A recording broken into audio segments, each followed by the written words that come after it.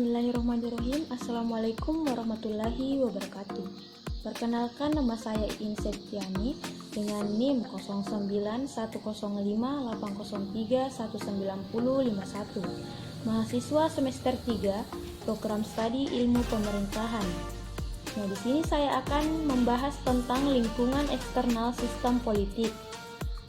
Topik pembahasan yang akan saya bahas, yang pertama, tujuan dari lingkungan eksternal sistem politik. Yang kedua, klasifikasi lingkungan masyarakat internasional. Yang ketiga, pelestarian hubungan Indonesia dengan lingkungan eksternal sistem politik.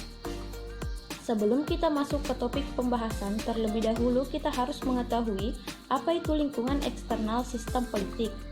Jadi, lingkungan eksternal sistem politik atau lingkungan masyarakat internasional adalah lingkungan masyarakat suatu negara yang berada berbatasan dengan wilayah negara, baik regional maupun internasional yang satu sama lain memiliki ketergantungan.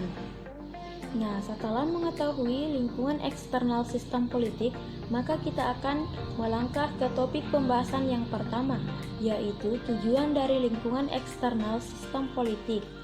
Lingkungan eksternal sistem politik bertujuan untuk pembangunan hubungan diplomatik oleh suatu negara, termasuk Indonesia, adalah ditujukan untuk mencapai cita-cita dan tujuan negara Indonesia yang tertuang di dalam pembukaan Undang-Undang Dasar 1945 alinea kedua, yang artinya bahwa segala upaya yang dibangun dalam rangka kerjasama antar negara adalah bertujuan memperoleh keuntungan politik, ekonomi, sosial budaya, dan hankam yang berujung pada keutuhan NKRI.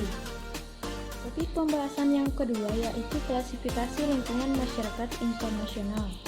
Menurut Gabriel A. Alman, sistem lingkungan masyarakat internasional dapat diklasifikasikan dalam 3 macam. Yang pertama, sistem politik internasional. Yang kedua, sistem ekologi internasional. Yang ketiga, sistem sosial internasional.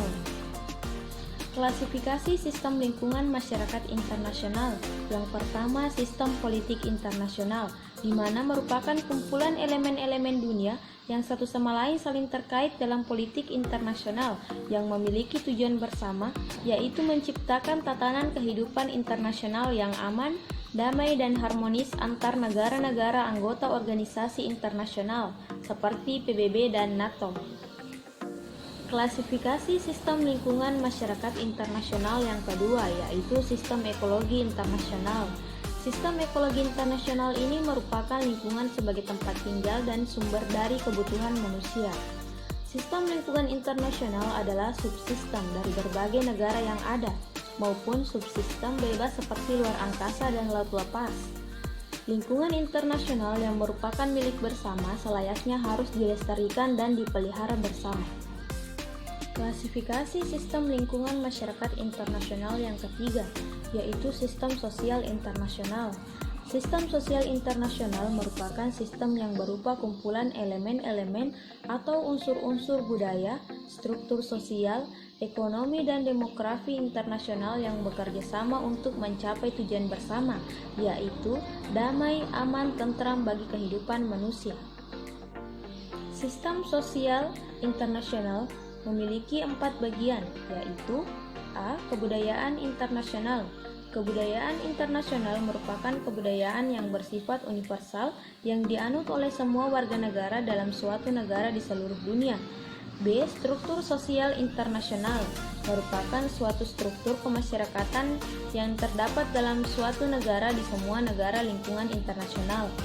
C. Sistem ekonomi internasional merupakan struktur atau unsur subsistem ekonomi yang ada dalam suatu negara atau bangsa di seluruh dunia sebagai suatu sistem yang bersifat universal bagi seluruh bangsa dan negara di dunia. D. Sistem demografi internasional.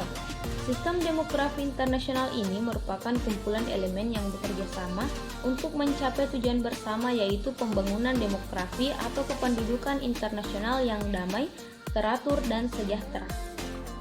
Topik pembahasan yang terakhir adalah pelestarian hubungan Indonesia dengan lingkungan eksternal sistem politik Indonesia. Membicarakan peran Indonesia dalam suatu hubungan internasional tidak dapat dipisahkan dengan kebijakan politik luar negeri, yaitu politik luar negeri bebas aktif. Keterkaitan antara kebijakan politik luar negeri Indonesia bebas aktif dan 3 esensi dalam hubungan internasional akan membentuk suatu identitas dalam sistem hubungan internasional. Identitas inilah yang akan digunakan Indonesia sebagai karakter dan jati diri negara, serta menjadi pembeda antara Indonesia dengan aktor lainnya. Ditambah dengan kebijakan politik luar negeri Indonesia yang bebas aktif akan menjadikan Indonesia terlepas dari sifat ketergantungan terhadap satu aktor saja, sehingga Indonesia dapat lebih fleksibel dalam menjalankan perannya dalam hubungan internasional dengan mengimplementasikan 3 esensi yang sebagaimana telah dijelaskan sebelumnya. Dalam hubungan internasional, Indonesia merupakan aktor yang melaksanakan perannya yang berdasarkan kebijakan politik luar negeri bebas aktif. Dalam pelaksanaannya, Indonesia menjalankan politik luar negeri bebas aktif bertumpu pada ideologi Pancasila dan landasan konstitusional Undang-Undang Dasar 1945 yang merupakan dasar hukum tertinggi negara Indonesia. Itulah tadi pembahasan yang dapat saya sampaikan. Semoga bermanfaat. Terima kasih. Assalamualaikum warahmatullahi wabarakatuh.